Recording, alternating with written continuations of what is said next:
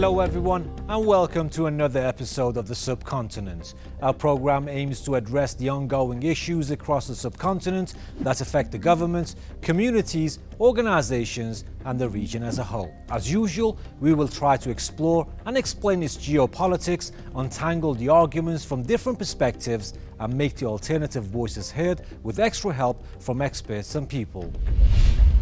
In this edition of the Subcontinent, we are going to take a look at the consequences of the US retreat from Afghanistan for Pakistan and its possible choices to reduce risks and damages.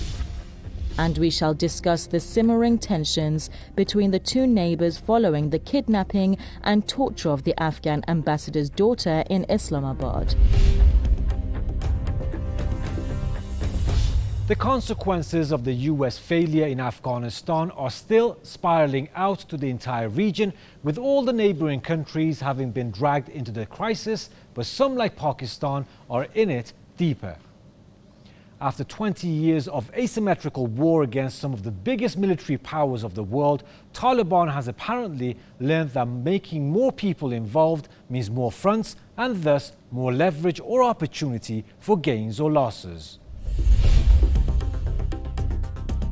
Afghanistan and Pakistan are so interconnected that perhaps no third country will be affected by the American withdrawal as much as Pakistan. Once called inseparable brothers by former President Karzai, the two have myriads of historical, religious and ethno-linguistic proximities, as well as significant amounts of trade and transition ties. Sharing a long and porous border with Afghanistan, Pakistan has always served as a major conduit for transit trade from its landlocked northern neighbour. Therefore, it seems natural that Taliban tries to take control of the borders as a leverage. Threatening the flow of business in main commercial routes, Taliban can force Pakistan to start cooperating with the militants while tightening the noose around Kabul. Taliban have seized many border crossings in Herat, Farah and Kunduz provinces in the north and the west of the country. But the border crossing in the town of Wesh, opposite the Pakistani town of Chaman in Spin Boldak district, can be a game changer. The Afghan government claims it's in control, but locals and Pakistani officials say Taliban forces control the place. The West Chaman crossing is the main commercial route to Pakistani seaports, with a massive current of container trucks whose disruption may become too costly for Islamabad to bear. 2 decades of American presence in Afghanistan across Pakistan's northwestern border created an odd dynamic for Islamabad. The United States was both a partner and a strategic competitor in Afghanistan. The US departure can potentially provide Pakistan with an opportunity to have a bigger role in Afghanistan and shape Kabul's political future in its favour. However, the fast-paced extraction of foreign troops amid stalled peace talks and rising violence in Afghanistan threatens to ruin Islamabad's efforts towards some power-sharing arrangements that can facilitate the Taliban's return to Kabul. We have to realize that it is the first time in decades that there's an attempt to come to some sort of a what you might even call nation building in Afghanistan, with the way that the Americans left, or I should say were kicked out, is the better way to say it, is the more precise way to say it. So obviously the goal is to create some sort of a national dialogue so that Afghanistan doesn't enter another phase of civil war as it did in the previous decades. And so this is very important. And we also see that the Americans try to do similar things with the different years of talks that they had in Doha and different places that were sponsored by the Americans, which resulted in absolutely nothing. And the reason for that is, of course, the Americans want there to be instability in Afghanistan. They don't want Afghanistan to be stable and have a functioning political and social and economic life, because it is through this instability that they justify their military presence. And the whole point for the Americans is to, as the British before them, is to occupy Afghanistan so that they can have a central geostrategic position in Asia from where they can, infiltrate and they can influence all the other areas around Afghanistan, which is basically Asia. So if you go to the east, it's China. If you go to the south, it's the Indian subcontinent. If you go to the west, it's Iran and the Persian Gulf region. And if you go to the north and the northwest, it's, Central Asia and the strategic areas that are under the influence of Russia. So from the very beginning, from the creation of the state of Afghanistan, which was created by the British, by the way, who were trying to create a buffer state between their possessions in India and any sort of influence that might come from the Russians or from Persia at that time. So this has been the strategic identity of Afghanistan for, almost 200 years, well, it's a little less than 200 years. And this was why the Americans, it was the first place that they went with the excuse of 9/11, and that's why they stayed there the longest. Everywhere else they had to leave, including Iraq, but they stayed in Afghanistan, and it was only through the resistance in Afghanistan that they were forced to leave. Pakistan's stakes in Afghanistan have never been higher because the possible scenarios in favor of Pakistan are getting more and more improbable. Islamabad was pushing for the power-sharing mechanism for greater strategic reach and connectivity in the region. But an unstable Afghanistan in total control of Taliban can make all hell break loose in Pakistan, which has a large Pashtun community and reportedly hosts much of the Taliban leadership. It can lead to another massive influx of refugees that will strengthen Pakistani militant groups, particularly the Pakistani Taliban.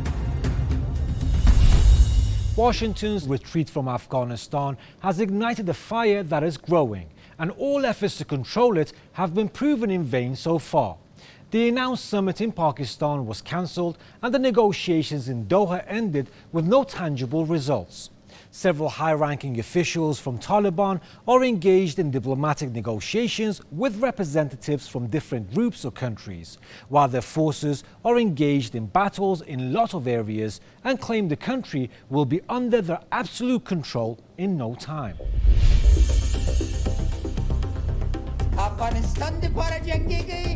Some Afghan officials, including President Ashraf Ghani, accuse Pakistan of supporting the Afghan Taliban in its armed push to conquer Kabul. Pakistan denies such accusations, with Prime Minister Imran Khan reiterating in a meeting with Ghani that instability and conflict were not in Pakistan's interest. Nevertheless, bilateral relations between Islamabad and the beleaguered government in Kabul are experiencing new lows after Afghanistan recalled its diplomats over security concerns. Kabul decided to withdraw its ambassador and diplomats from the Pakistani capital in response to the abduction of the Afghan envoy's daughter.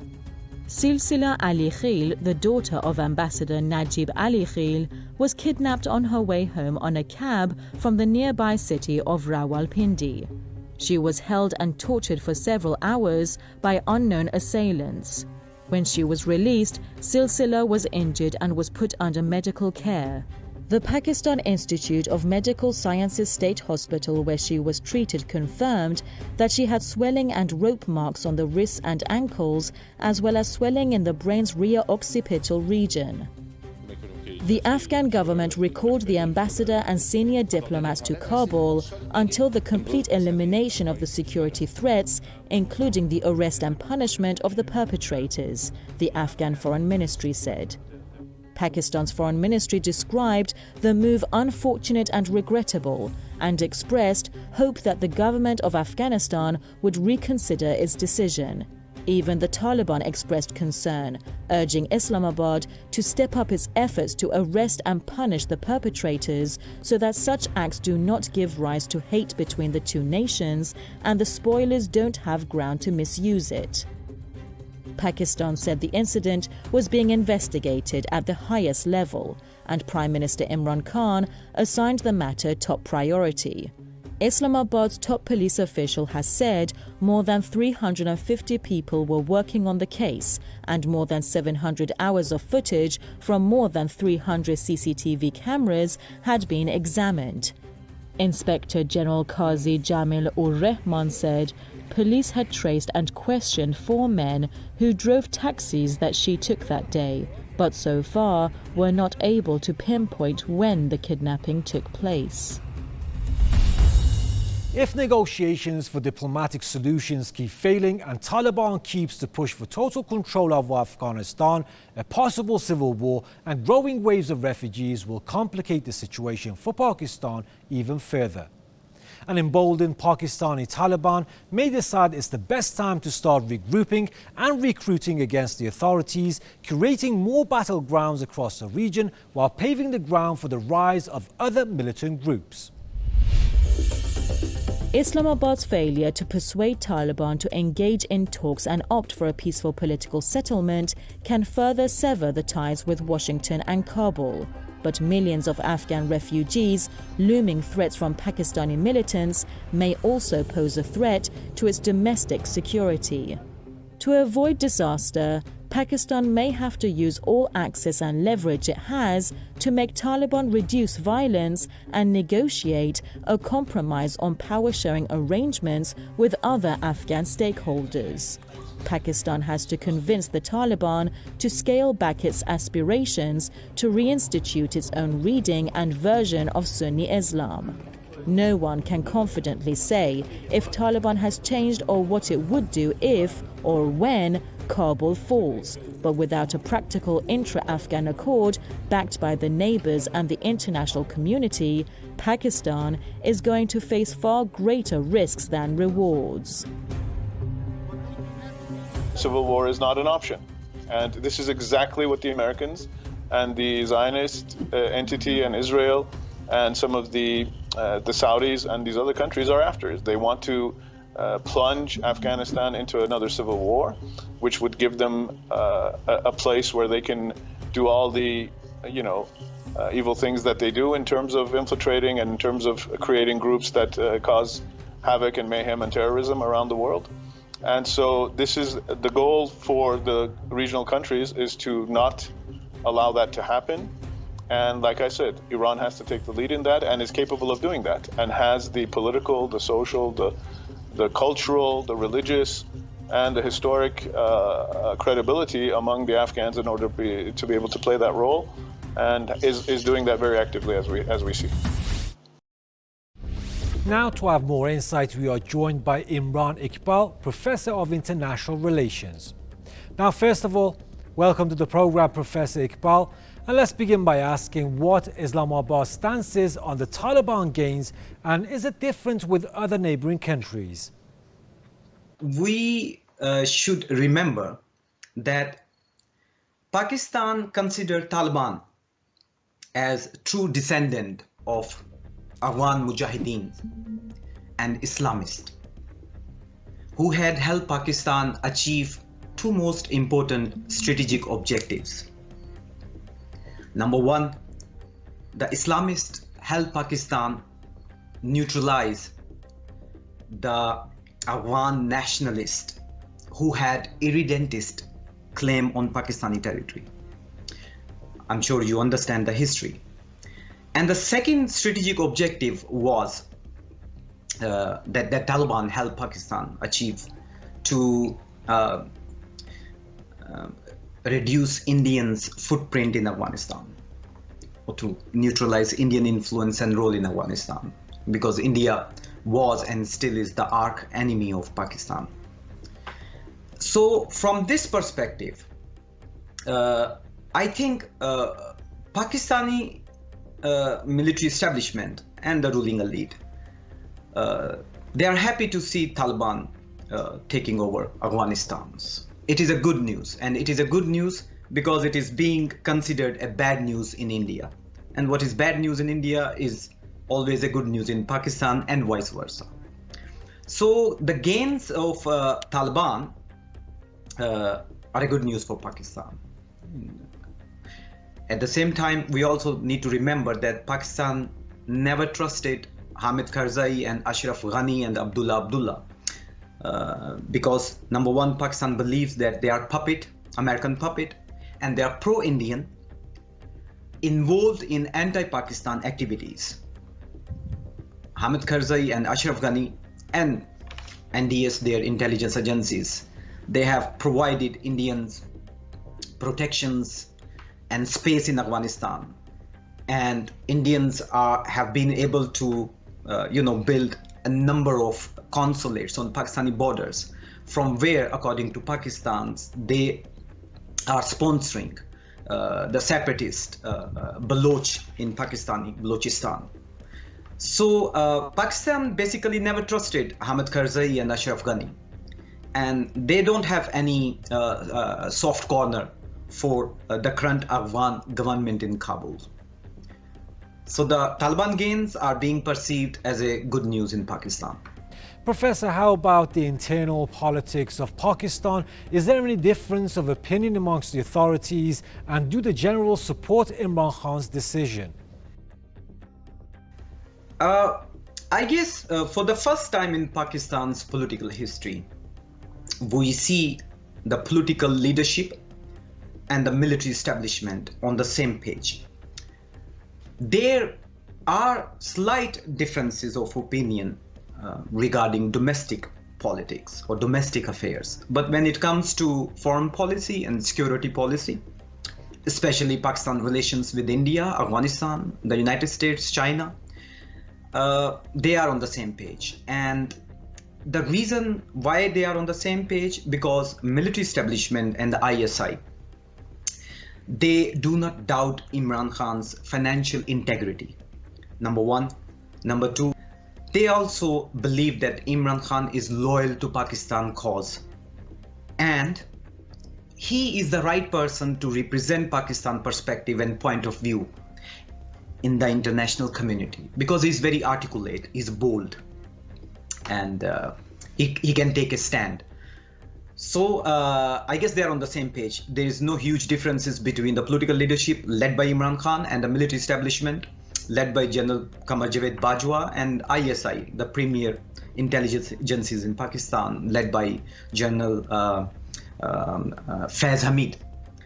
Thank you, Professor. Let's take a break and look at how the global media has covered the predicament that the US mess in Afghanistan has created for neighboring Pakistan. Pakistan shares a treacherous 2,670-kilometer border with Afghanistan. The mountainous border region has long served as a safe haven for many militant groups, including the Afghan Taliban. The group ruled Afghanistan from 1996 to 2001 and offered sanctuaries to Al-Qaeda. Since the early 1990s, Pakistan has supported the Taliban in Afghanistan in an attempt to push its regional security interests. Pakistan was one of the few countries that established diplomatic relations when the Taliban's government came to power in Kabul. Pakistan has supported the Afghan peace process largely because its long-time Taliban ally can use the talks as a road to power with international legitimacy and the attendant economic support. It saw an opportunity to push for its preferred option, the Taliban's inclusion in power-sharing arrangements, when the Trump administration began pursuing a political settlement in Afghanistan as the US prepared to withdraw troops from the country. Washington acknowledged Islamabad's role in facilitating the US agreement with the Taliban and the subsequent peace talks, also known as the intra-Afghan negotiations. Pakistan faces a likely fallout from the Taliban advances, mainly because it has given impetus to the Pakistani Taliban called the Tehreek-e-Taliban Pakistan (TTP), which operate in the country's northwestern region. The Pakistani army had forced the TTP fighters to retreat, but they are now feeling emboldened by the changing dynamics in Afghanistan. Since the start of the year, the TTP has claimed 32 attacks inside Pakistan. Welcome back, Professor Iqbal. So, what possible future scenarios would benefit Pakistan the most? in my opinion, and I guess more or less the strategic community and political elite in Pakistan, they also think on the same lines. Pakistan should not seek, it is better if Pakistan avoid the reputation of its policy in Afghanistan. It should not seek strategic depth in Afghanistan. And it should not indulge in proxy war in Afghanistan against the regional powers. Diminish Indian role in Afghanistan. But when it comes to Iran, Central Asian state, I guess Pakistan should rather work with these countries, particularly if Taliban takeovers. Pakistan should try, along with these countries, to help Taliban or help Afghanistan become an active participant and partner in China's Road and Belt Initiative. Another best possible scenario could be if Taliban is a politically stable country, with Taliban at the helm of affairs, but Talibans, not the Talibans under Mullah Umar. Talibans showing more mature and democratic, behavior and ready to engage with the regional powers. And Pakistan, through Afghanistan, can have access to the Central Asian markets, because it is one of Pakistan's desire to be a hub of regional activities and a bridge between Central Asia and Southwest Asia. So without Afghanistan being a stable state, it is almost impossible for Pakistan to realize its economic ambitions or dreams or potentials. So the best scenario for Pakistan would be to play a very constructive role in Afghanistan. Try to convince Taliban if they take over, and in my reading, it's just a matter of time before Taliban take over Afghanistan. Then Pakistan should engage Taliban and try to exercise positive influence on Taliban so that they can engage with the regional countries.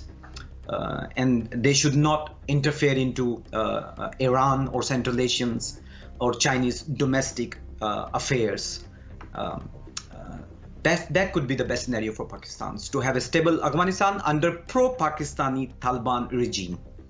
On that note, I would like to thank Professor Iqbal for his precious time and knowledge.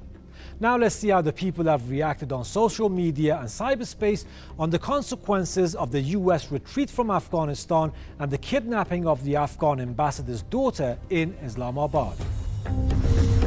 Shah Mahmood Qureshi is among those who believe that the fate of Pakistan and Afghanistan are connected, and if they focus on their similarities, they may yield better results. Mehr Tarar says, no matter how hard Pakistan tries to help in the issue, Islamabad ends up demonized by the international community. Samar Harun Bilur has a seemingly realistic approach about the issue, highlighting that if we can help establish peace in Afghanistan and Pakistan, the whole world will be a better place.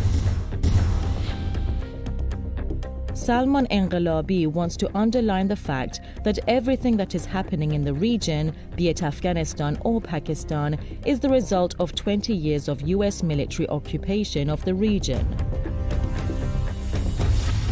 And that was our episode on the repercussions of the fast-paced US retreat from Afghanistan for Pakistan, especially now that ties are sour between Islamabad and Kabul.